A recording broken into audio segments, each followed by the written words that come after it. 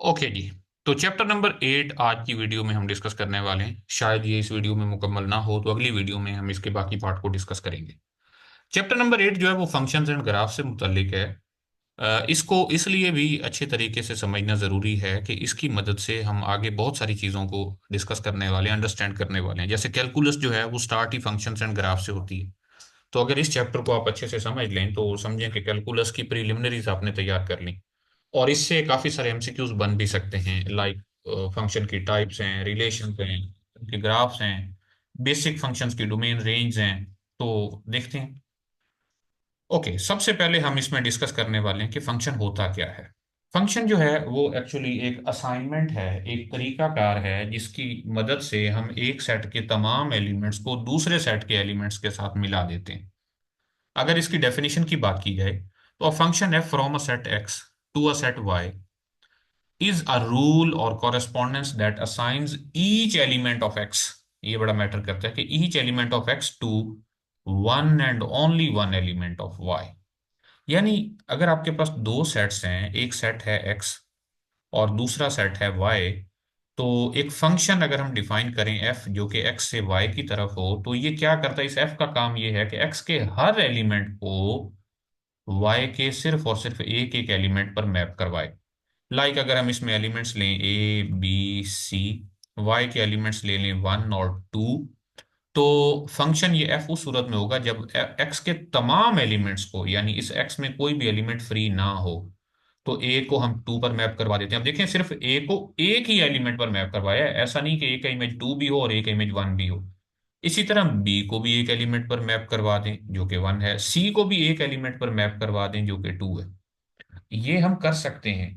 यानी दो different elements का इमेज सेम हो सकता है, लेकिन एक एलिमेंट के दो इमेज नहीं हो सकते। इमेज से मुराद मैं ये ले रहा हूँ वाई के एलिमेंट्स जिनके लिए सेट एक्स के एलिमेंट को जिसके साथ एसोसिएट किया जाता है। यहां पर हम ये कहेंगे कि ए का इमेज 2 है, बी का इमेज 1 है, सी का इमेज 2 है। ओके, या फिर हम इसको यूं भी कह सकते हैं कि 1 का प्री इमेज बी है, 2 के दो प्री इमेजेस हैं, ए और सी। अच्छा, the elements of X are called pre images of the function and the corresponding elements of Y are called the images of the function. ये अभी मैं जो बात कर रहा था कि ए बी सी जो है ये pre images of elements of Y हैं या pre images of the function F हैं, और 1 और 2 जो है ये इमेजेस हैं। और हम आमतौर पर फंक्शन को किस तरह से लिखते हैं, ये F semicolon X Y, ये यानी इसका मतलब होता है कि F is a function from X to Y, और y equal F of X लिखा जाता है। इसका मतलब यह है कि x का इमेज y है। यहाँ पर अगर ऊपर वाले फंक्शन की बात की जाए तो यहाँ हम ये कह सकते हैं कि F of A is equal to 2, F of B is equal to 1 and F of C is equal to 2। यानी a का इमेज 2 है under the function f, b का इमेज 1 है अंडर f और c का इमेज 2 है under the function f। अब इसमें जो x है, यानी सेट x के जो एलिमेंट्स हैं वो इंडिपेंडेंट हैं और y जो हैं वो डिपेंडेंट हैं। यानी जो x, अगर हम x के एलिमेंट्स को x से मेंशन करें तो x इंडिपेंडेंट वेरिएबल, और अगर हम y के एलिमेंट्स को स्मॉल y से मेंशन करें तो वो y जो है वो डिपेंडेंट वेरिएबल कहलाता है। अच्छा, अब जरा इस एग्जांपल की बात करते हैं। इसमें सेट x है A B C, set y है 4 5 6। नीचे कुछ वेन डायग्राम्स दी गई हैं, कुछ डायग्राम्स हैं, इनको देखकर बताना है कि क्या ये फंक्शन है या नहीं है। जैसे अगर इस पहले की बात की जाए तो क्या सेट एक्स के तमाम एलिमेंट्स यूज हुए हैं? ये यूज हुए हैं। ए का इमेज 4 है, बी का इमेज 6 है, सी का इमेज 6 है, और हर एलिमेंट यूनिक एलिमेंट पर गया है, only one and only one element पर। इसका मतलब ये जो एफ है ये एक फंक्शन है। This is a function. Okay, अच्छा, वाई में यहाँ एक एलिमेंट फ्री है, कोई मसला नहीं है। वाई में चाहे सारे एलिमेंट फ्री रह जाएं, सारे तो खैर नहीं होंगे, यानी वाई में बहुत सारे एलिमेंट्स भी फ्री हो सकते हैं, सारे एलिमेंट्स यूज भी हो सकते हैं, लेकिन उस सूरत में भी एफ एक फंक्शन होगा। बस शर्त सिर्फ इतनी है कि पहले सेट एक्स में कोई भी एलिमेंट फ्री ना हो और किसी भी एलिमेंट के एक से ज्यादा इमेजेस ना हो। अच्छा, अब जरा इस जी को देखिए, क्या जी एक फंक्शन है? तो ये नहीं है। वजह क्या है? वजह बड़ी सादा सी है कि यहाँ पर ये जो सी है इसके इमेज एक से ज्यादा बन रहे हैं, ऐसा नहीं होना चाहिए। तो हम ये कहेंगे कि this G is not a function. अच्छा, अब एच को देखिए, ए का इमेज एक ही एलिमेंट है, सी का इमेज भी एक एलिमेंट है, लेकिन ये जो बी है ये फ्री नहीं होना चाहिए था। यानी दो बातें हैं कि सेट एक्स के तमाम एलिमेंट्स यूज हों, हर एलिमेंट का कोई ना कोई इमेज हो, और सिर्फ एक इमेज हो, एक से ज्यादा इमेज ना हो। तो इसलिए ये जो एच है ये भी एक फंक्शन नहीं है। तो यहाँ सिर्फ एफ एक फंक्शन है, और कहां से कहां तक है, एक्स से वाई की तरफ है। अब हम बात करते हैं इनकी डोमेन और रेंज की। यहाँ एफ चूंकि एक फंक्शन है तो इसकी जो डोमेन है, डोमेन ऑफ एफ, वो सेट एक्स के तमाम एलिमेंट्स होंगे, ए बी और सी। और इसकी रेंज क्या है, डोमेन के एलिमेंट्स के जो इमेजेस हैं उनको रेंज से मेंशन किया जाता है। कौन कौन से इमेजेस हैं, एक 4 इमेज है और एक 6 इमेज है, सो जस्ट 4 और 6 आर रेंज। अक्सर हम ये गलती करते हैं कि हम इस सेट वाई को रेंज समझ लेते हैं, ऐसा नहीं होता। इस वाई को बोलते हैं कोडोमेन। फिर मैं बता दूं, सेट एक्स डोमेन है, सेट वाई कोडोमेन है, और वाई के वो एलिमेंट्स जो कि images of elements of x हैं वो रेंज होंगे। सो रेंज और कोडोमेन बराबर हो भी सकते हैं, नहीं भी हो सकते। इन जनरल कोडोमेन जो है वो एक सबसेट होती है, सॉरी, रेंज जो है वो सबसेट होता है कोडोमेन का।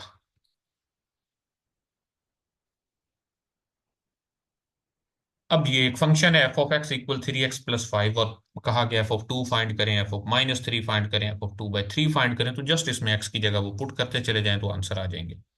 ओके, ये इन्होंने सेपरेट बता दिया कि डोमेन, को डोमेन एंड रेंज से क्या मुराद है। एफ अगर एक फंक्शन हो सेट एक्स से सेट वाई की तरफ, तो जो एक्स है उसको बोलते हैं डोमेन, वाई जो है उसको बोलते हैं कोडोमेन, और रेंज जो है वो set of all images of the function है, वो रेंज होगा। तो यहाँ ये फर्क इसका बता दिया गया। जैसे इस एग्जांपल से समझिए, सेट एक्स है जिसमें एलिमेंट्स है 1 2 3 4, सेट वाई के एलिमेंट्स 1 से 10 तक के। एफ इस तरह से फंक्शन डिफाइन है कि F of X equal 2x + 1। अब इसमें कहा गया कि इसकी रेंज फाइंड करें। जरा देखें इसकी डोमेन क्या है, इसकी डोमेन तो सेट एक्स होगा, क्योंकि इस एक्स के हर एलिमेंट का कोई ना कोई इमेज आ रहा है।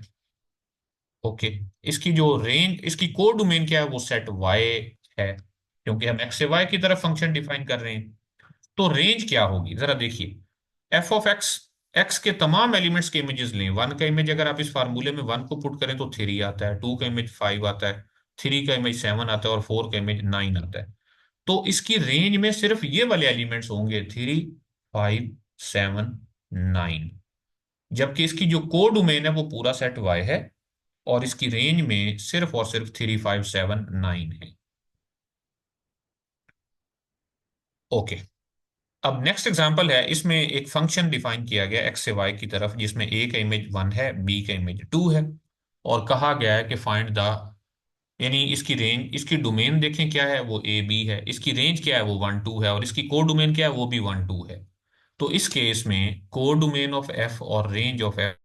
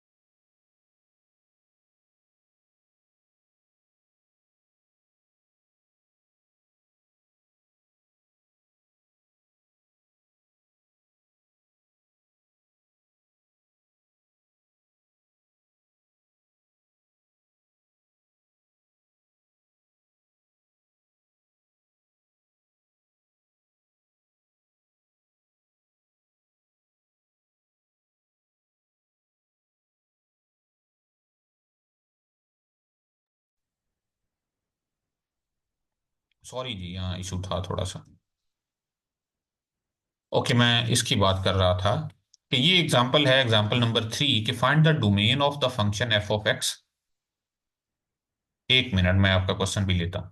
तो यहां पर इस फंक्शन की अगर डोमेन की बात की जाए, x-2/x-3, ये एक ऐसा फंक्शन है जिसे रैशनल फंक्शन बोलते हैं। अब रैशनल फंक्शन आगे चलकर भी हम थोड़ा और डिटेल में देखेंगे। तो इन शॉर्ट अभी मैं सिर्फ ये बता रहा हूं कि रैशनल फंक्शन की डोमेन में सारे रियल नंबर होते हैं, लेकिन वो नहीं होते जहां डिनोमिनेटर जीरो होता है। तो इसका डिनोमिनेटर वहां जीरो होगा अगर x1 होगा या x3 होगा। इसका मतलब इसकी जो डोमेन है, डोमेन ऑफ f, सारे रियल नंबर हैं लेकिन उनमें वन शामिल नहीं होगा और थ्री भी शामिल नहीं होगा। क्योंकि अगर हम इसमें वन पुट करें तब भी डिनोमिनेटर में जीरो आता है, और अगर थ्री पुट करें तब भी डिनोमिनेटर में जीरो आता है। ये एक्सेप्टेबल नहीं है। आगे चलकर हम जब ये रैशनल फंक्शन की टाइप पढ़ेंगे तो तब शायद इससे रिलेटेड कुछ और एग्जांपल्स भी हम डिस्कस करें। ओके, नेक्स्ट एक फंक्शन है F of X equal x square. अब इस फंक्शन की रेंज की बात की गई है। दो तरीके हैं। इस फंक्शन को देखकर ही वैसे अंदाजा हो जाता है कि इसकी रेंज क्या होनी चाहिए, और दूसरा ये कि इसका ग्राफ भी बनाया जा सकता है। तो इस चैप्टर में आगे हमने ग्राफ भी देखने हैं, अभी हम उसके बगैर काम चलाते हैं। क्या है एक्स स्क्वायर? क्योंकि ये किसी भी रियल नंबर का स्क्वायर है, और हम ये जानते हैं कि किसी भी रियल नंबर का स्क्वायर हमेशा जीरो या जीरो से बड़ा होता है।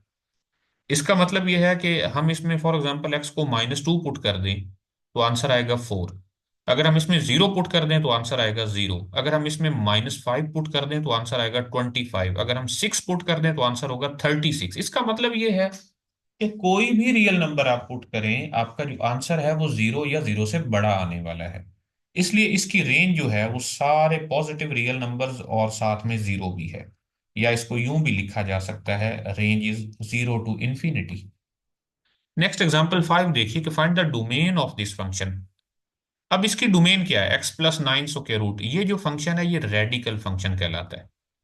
और रेडिकल फंक्शन में यानी स्क्वायर रूट के इन साइड हमेशा हम जीरो या जीरो से बड़ा नंबर पुट करते हैं।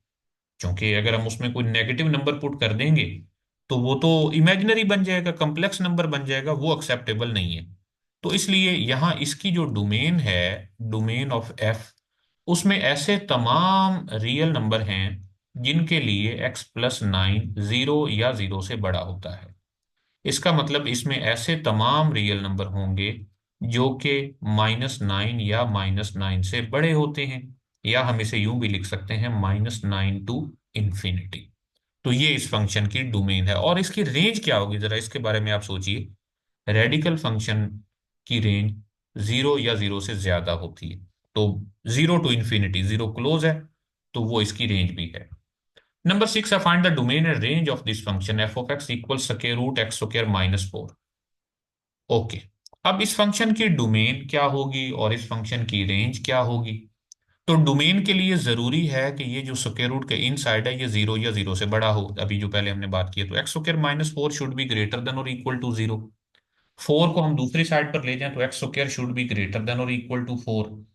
अब इसी बात को हम यूं भी लिख सकते हैं कि x mod square is greater than और इक्वल टू 4। ओके, तो इसका मतलब ये होगा कि एक्स मॉड, इसको यूं भी लिखा जा सकता है कि x इज ग्रेटर देन और equal to 2 and is less than और इक्वल टू -2। ओके, यानी x मॉड स्क्वायर जो कि ग्रेटर देन और इक्वल टू 4 है ना, या इसको हम यूं भी लिख सकते हैं। एक मिनट, मैं प्रॉपर इसकी प्रॉपर्टी लिख देता हूं। हम इसे लिख सकते हैं कि x mod is greater than और इक्वल टू 2।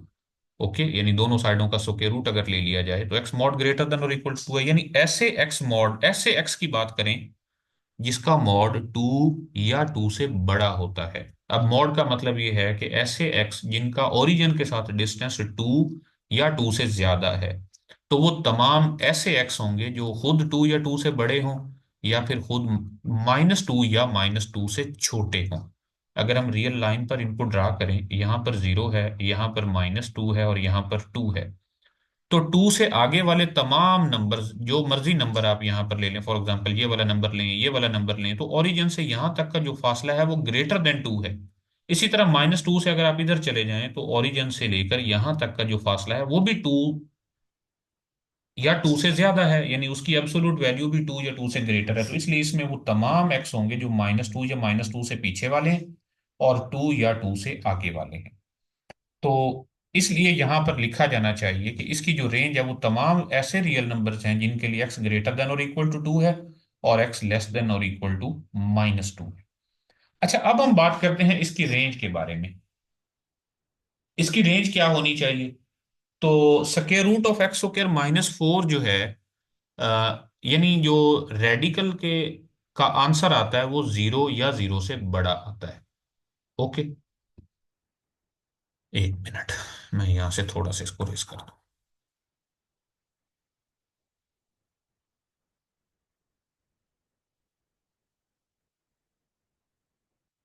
तो अब इसमें एक्स की वैल्यूज कहां से कहां तक हमने पुट करनी है? एक्स की वैल्यूज माइनस टू या माइनस टू से पीछे वाली पुट करनी है, टू या टू से आगे वाली पुट करनी है। जरा इन दोनों वैल्यूज को पुट करके चेक करते हैं। अगर हम माइनस टू पुट करें इस फंक्शन में तो ये जीरो आता है।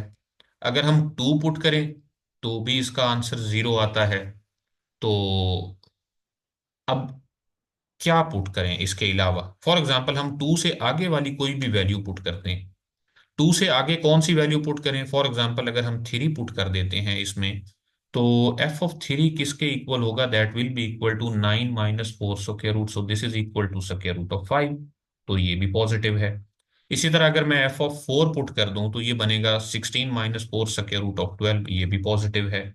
इसका मतलब ये है कि जैसे जैसे हम टू से ऑनवर्ड वैल्यूज पुट करते चले जाएंगे, हमें आंसर जीरो से बड़े मिलते चले जाएंगे। इसी तरह माइनस टू से पीछे वाली वैल्यूज, रेंज होती क्या एक्चुअली, डोमेन की वैल्यूज पुट करें तो जो आंसर्स आते चले जाएं वो रेंज बनाते हैं। तो इसीलिए हमने माइनस टू से पीछे वाली वैल्यूज की बात करें तब भी आंसर जीरो या जीरो से बड़ा है, और टू या टू से आगे वाली वैल्यूज पुट करें तब भी आंसर जीरो या जीरो से बड़ा है। तो इसलिए इस फंक्शन की जो रेंज है वो भी जीरो या जीरो से ज्यादा है, यानी आर पॉजिटिव यूनियन जीरो, इसको यूं भी लिखा जा सकता है, जीरो टू इंफिनिटी। अच्छा, अब इसका एक और बेहतरीन तरीका ये हो सकता था कि हम इसका ग्राफ बनाते, लेकिन ग्राफ अभी तक हमने नहीं बनाया। आगे चलकर बनाते हैं तो फिर हम इस तरफ दोबारा वापस आएंगे कि ग्राफ की मदद से बहुत ही आसान हो जाता है डोमेन रेंज को डिस्कस करना। नंबर सेवन देखिए, find the domain of this function one over square root X minus one. अब ये फ्रैक्शन में है तो नीचे कभी भी जीरो नहीं होना चाहिए, पहली बात। यानी एक्स, हम इसमें वो तमाम वैल्यूज पुट करेंगे जिनके लिए ये नीचे वाला जीरो ना हो। और चूंकि नीचे रेडिकल है, स्क्वायर रूट है, तो स्क्वायर रूट के अंदर नेगेटिव वैल्यू भी पुट नहीं करते। तो इसलिए x minus one should be greater than zero. Equal zero भी नहीं लिया ना, क्योंकि अगर x minus one equal zero होगा तो फिर डिनोमिनेटर में जीरो आ जाएगा। इसका मतलब x की वैल्यूज हमेशा वन से बड़ी होनी चाहिए। तो इसलिए इस फंक्शन की जो डोमेन है वो वन से इंफिनिटी तक है। वन क्या है? ये ओपन है। ओपन का मतलब ये है कि इसमें वन खुद शामिल नहीं है, बल्कि वन से आगे वाली तमाम रियल नंबर्स शामिल होंगे।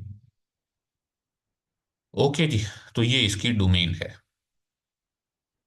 अच्छा, अब बात करते हैं, बल्कि नहीं, अब हम बात नहीं करते, इस मीटिंग को हम यहीं पर ख़त्म करते हैं। आपका कोई क्वेश्चन है तो पूछ सकते हैं। अभी 2 मिनट है हमारे पास इस मीटिंग के एंड होने में।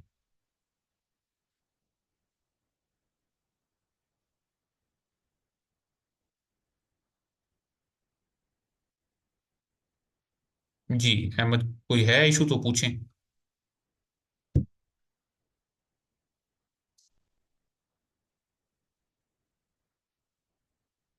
अगर आपका कोई क्वेश्चन है इससे रेलिवेंट तो आप पूछ सकते हैं।